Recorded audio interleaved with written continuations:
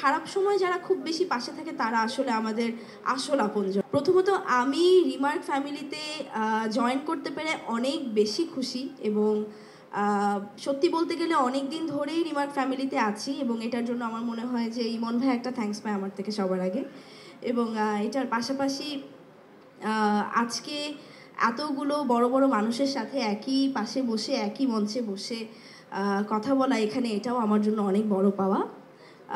আমি যদি খুব সহজ ভাষায় বলি যে রিমার্ক আপনজন এই কথাটা আসলে আমার কাছে কি, আসলে ব্যাক স্টেজে যখন আমরা গল্প করছিলাম, আমি মিমাপু পূজা আমরা যখন গল্প করছিলাম তখন আমরা ডিসকাস করছিলাম যে আসলে আমাদের আপনজন কারা কিংবা কে। তো আমার যেহেতু এই ইন্ডাস্ট্রিতে অনেক বছর, তো আমি আসলে দেখি ইন্ডাস্ট্রির প্রত্যেকটা মানুষই আমার আপনজন, প্রত্যেকটা মানুষই আসলে আমার সুখে দুঃখে এত আমার পাশে থেকেছে সবসময় এবং এখনও থাকে।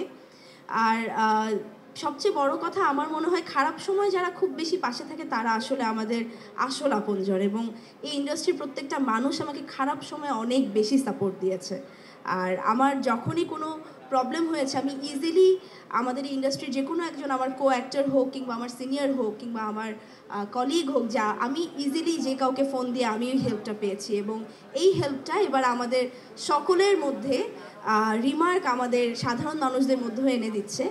এবং আমার মনে হয় এটা প্রথম কোনো কোম্পানি রিমার্ক যে কিনা রিমার্ক আপনজন নামের এরকম একটা উদ্যোগ শুরু করেছে এবং আমি সেই উদ্যোগের শুরুতে আজকে থাকতে পেরে অনেক বেশি খুশি এবং আমি আশা করছি যে আমরা খুব ইজিলি আমাদের আপনজনদের কাছে এবার পৌঁছে যাব। এবার সাধারণ দর্শক এবং সাধারণ মানুষ রিমার্কের সাথে সাথে আমাদেরও অনেক আপনজন হয়ে উঠবে। Thank you so much.